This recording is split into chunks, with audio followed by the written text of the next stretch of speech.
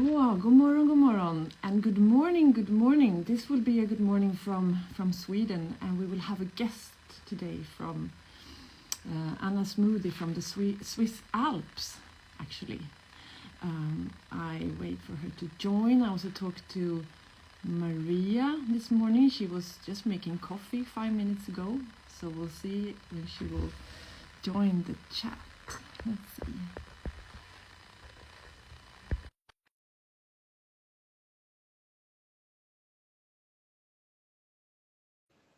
And we will also have Anna, hopefully, in a couple of seconds. Good morning. Good morning. Hi, Maria. And hi, Anna. Hi, wow. Anna. This is some double love this morning. Good to see you. Great to see you both.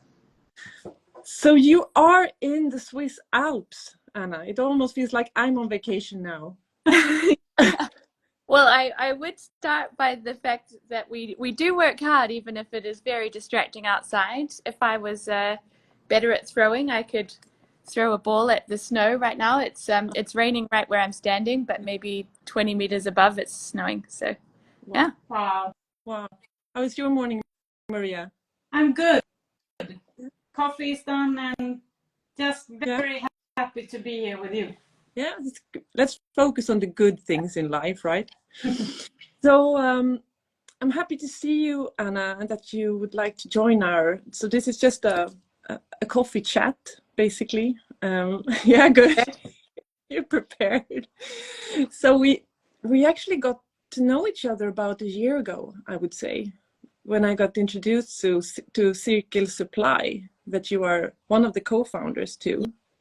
Yes. So I think if I just give you a really short introduction, and then you correct me if I'm wrong, but the really brave thing you do, I think, is that you're trying to shift this linear mindset of stuff, clothes and gear to a circular one, right? Absolutely. Yeah. So you're actually offering ski wear as a rental service. I can book my stuff, my clothes, my gear from here, and I can also book a ticket to the Swiss Alps, and then when I reach my accommodation I can have it there, like on the bed or in the reception. Exactly. So we aim to make it just as convenient as possible. So it's a super e-commerce experience. You choose your outfit on our website, and at checkout you tell us where you're going so that we can deliver directly to your accommodation in the Swiss Alps, and we pick it up from there afterwards. So you just arrive, go skiing, have fun, leave it behind, and don't worry about it. Yeah, it's rental services we could do that for years back, but this way of, I was just thinking of being a parent of my kids growing, for example. They need new clothes every year, new skis basically. And also I read on your website, some guy, you got brilliant reviews, by the way, from all the customers, but the great service and the seamlessness and everything.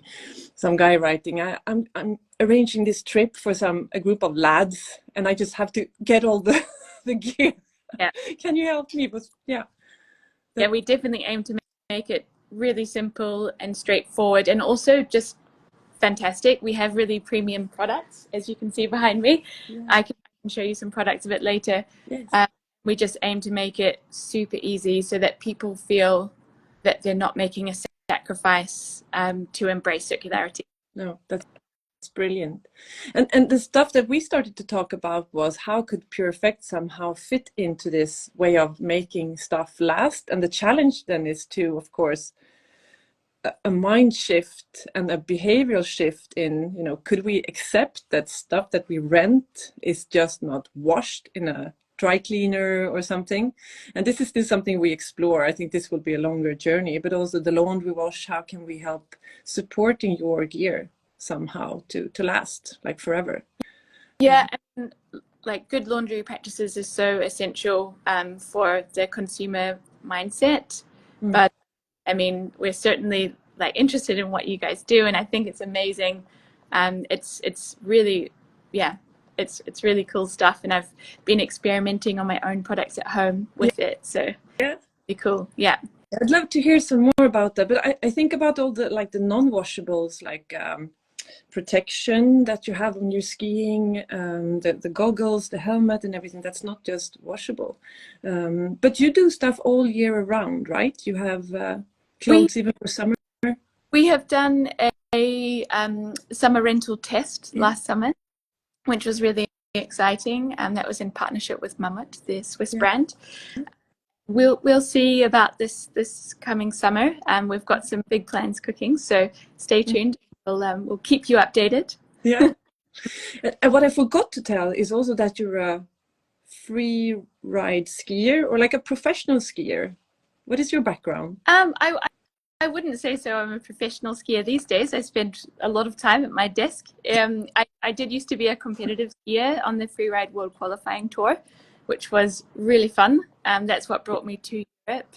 I mean, yeah, so thanks to skiing that I'm here today. Yeah. You really know the like the industry or the skiing experience from the inside, one could say. Yeah. I mean, I've lived and breathed it my whole life. And what's interesting, I mean, I've worked with lots of outdoor brands previously, and those were all quite core brands speaking to really dedicated skiers and snowboarders. And now it's been interesting to take a bit of a shift, because we, with our rental service, speak specifically to ski tourists. So they may not be the most knowledgeable about ski products, or maybe they're not able to get to the Alps so often. So rental is really good for those kind of light usage customers. So definitely speaking to a different kind of customer today with Cirkel. Yeah. But would you like to tell us a bit about how the journey started with Cirkel Supply? Yes.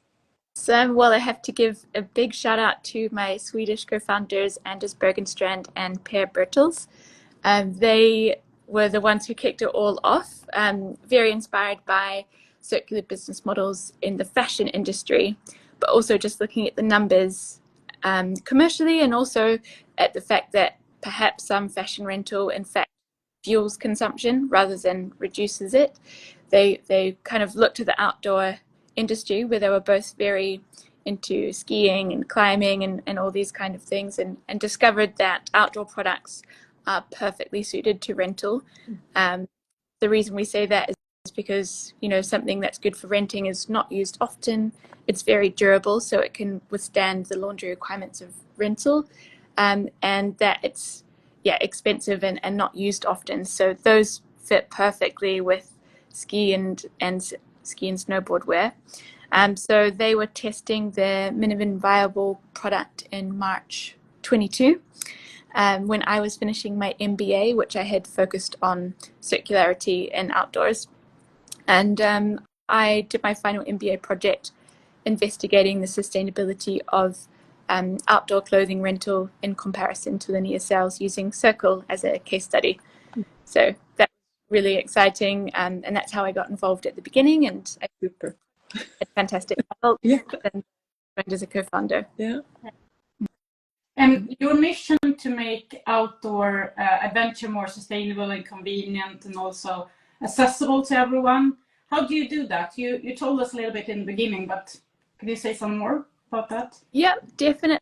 I think the aim is, I mean, the reason that we all get out of bed in the morning is because we aim to reduce the impact of skiing and snowboarding by serving more people with less products. However, sustainability is not always at the forefront of what we speak to our customers about. We kind of trick them into circularity by having really premium, beautiful products, a wide range and great choice, and the convenient delivery service. So those are our two kind of primary drivers. And then I think the sustainability story for our customers is like a nice add-on, but perhaps not the driving force. So it's all about making it super convenient, delivering it directly to them, making sure that the shopping experience online is very straightforward and simple. And in terms of sustainability, we have researched, this was actually the MBA project that I was talking about, the sustainability of what we do through a business model life cycle assessment, where we build in all of the impacts of rentals, increased delivery and laundry as compared to linear sales, but also the fact that we use less products. That was really interesting to show that we have a good environmental case. It's estimated that we emit 76% less CO2 than linear cells, but most importantly, highlight areas where we need to focus on to reduce our impact, which is primarily delivery. 76% less impact. That's huge, isn't it? Yeah, I mean, it's significant. Of course, there are other impact categories that I actually couldn't get full data sets for our own model, so other impact categories, but I have seen secondary research that shows that it is still significantly improved versus linear cells.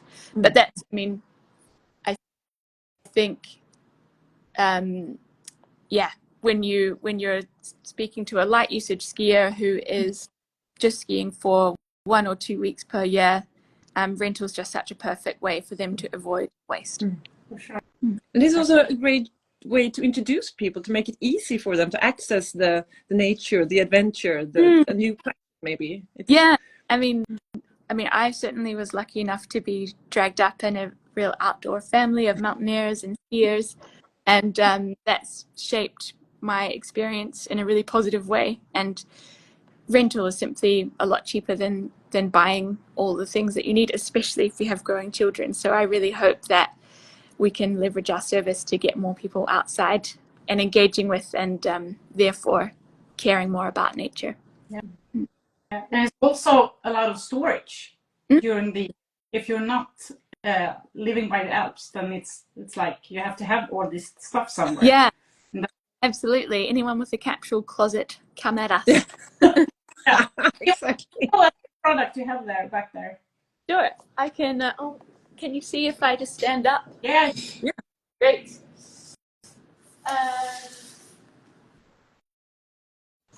So this is a 3-layer jacket, so a shell jacket from Autovox, and it's been quite popular this year. It's super comfy, has a beautiful 4-way stretch, and is really good to layer with insulation pieces for skiing and snowboarding. That's a women's jacket.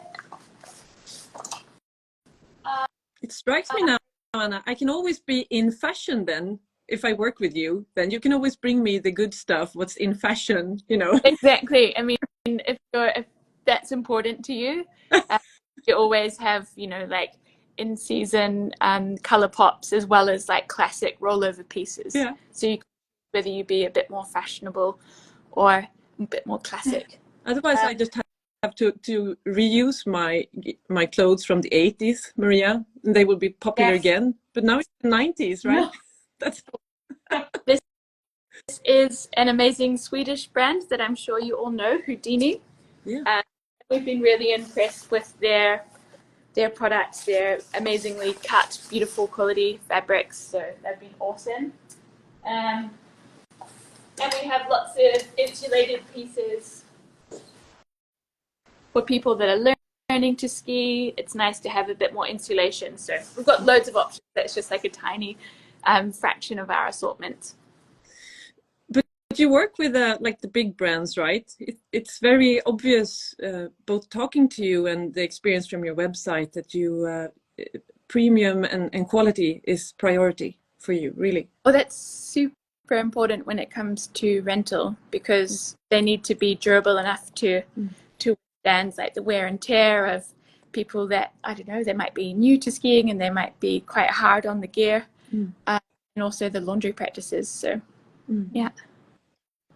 So we work with Patagonia, Houdini, Picture, Hester Gloves, Mammut. I hope I don't forget someone now. Autovox, I already mentioned. Yeah. From what country is that brand? I don't know the last one. The last one, Autovox, I believe they are German. Yeah, maybe. Learning. Yeah. Something new. So, like, do you have a good like dialogue with the brands about how their products are being used, and maybe this for this amount of time you can use this jacket, or this is how, I mean, to like check out how long could you rent this type of jacket or trousers or something like that? You have that like dialogue. Yes, I mean, it varies across all the different brands, but we've been very intentional with who we've partnered with. We've really targeted brands that are high premium, they make quality and durable goods, and they're responsible producers.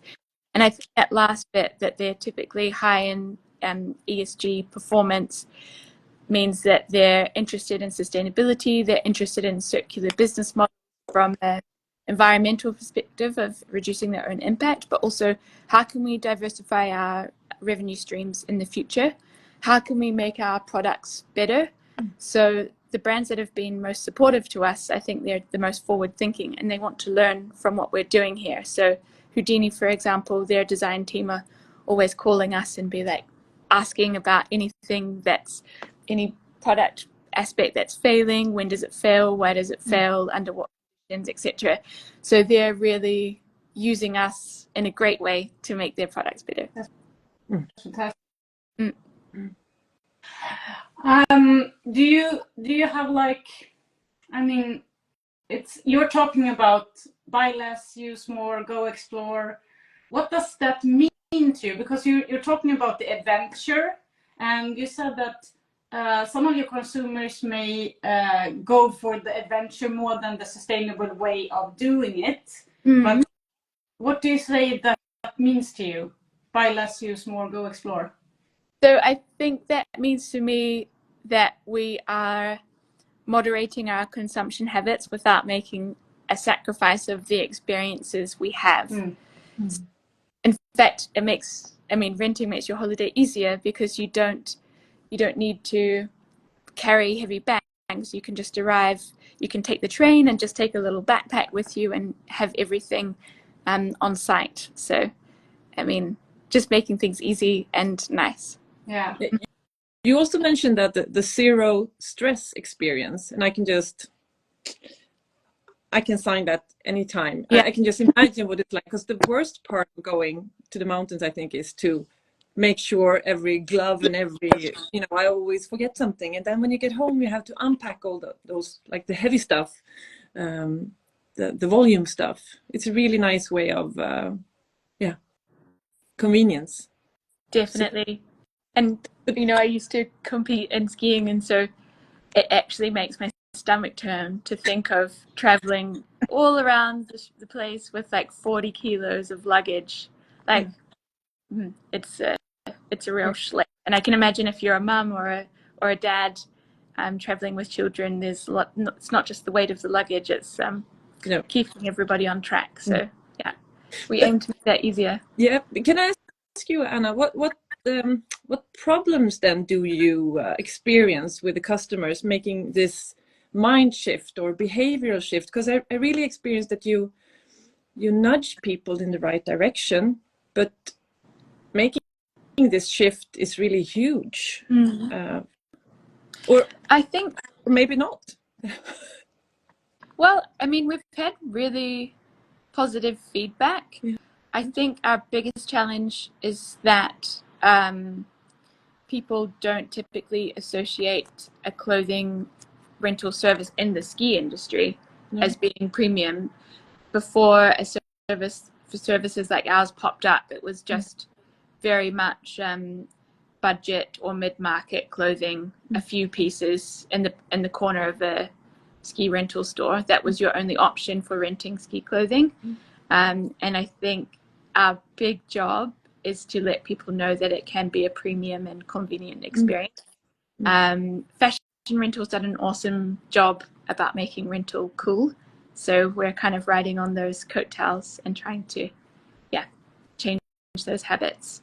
I think there will be people who maybe they're just, addicted to this concept of ownership.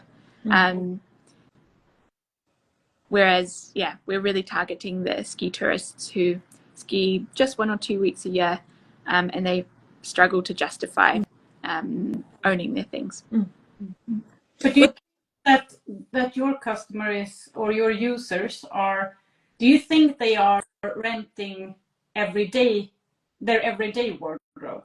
Or do you think that the mindset is, okay, we're used to rental in skiing, or when we are traveling, you're used to renting stuff, but not at home? I think it's a mix.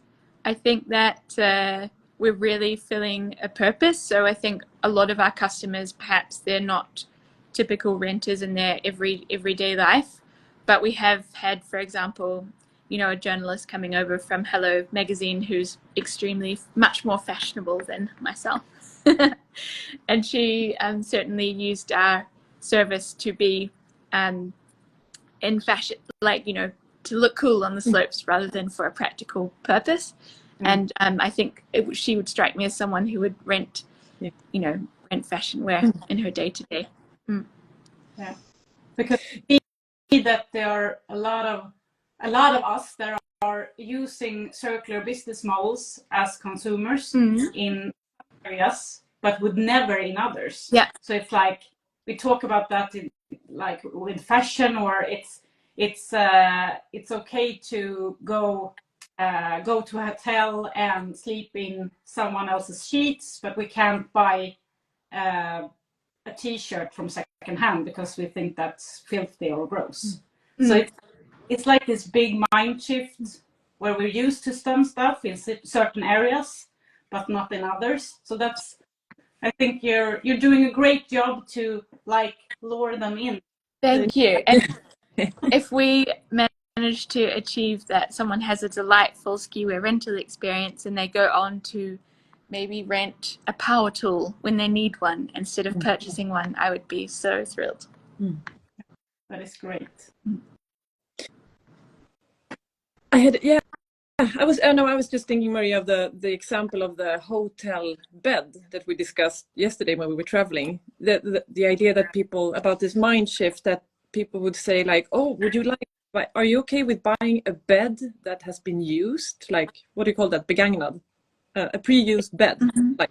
And a lot of people says, no, I would never do that. I want to have a new produced bed. Yeah. But then, have you never slept in a hotel bed? Would it be like renting a bed, like? Yeah. Yeah, I have. So it's so interesting to think of these, that we're so programmed in a lot of areas. But then if I just do this as a question, then this last year I experienced there have been a lot of good movement in this area. Like, people are really, or maybe it's because we're what we do, but if you compare your industry and your business model a year ago till now, what would you say? What good things do you see? What good examples? What makes, are we going in the right direction?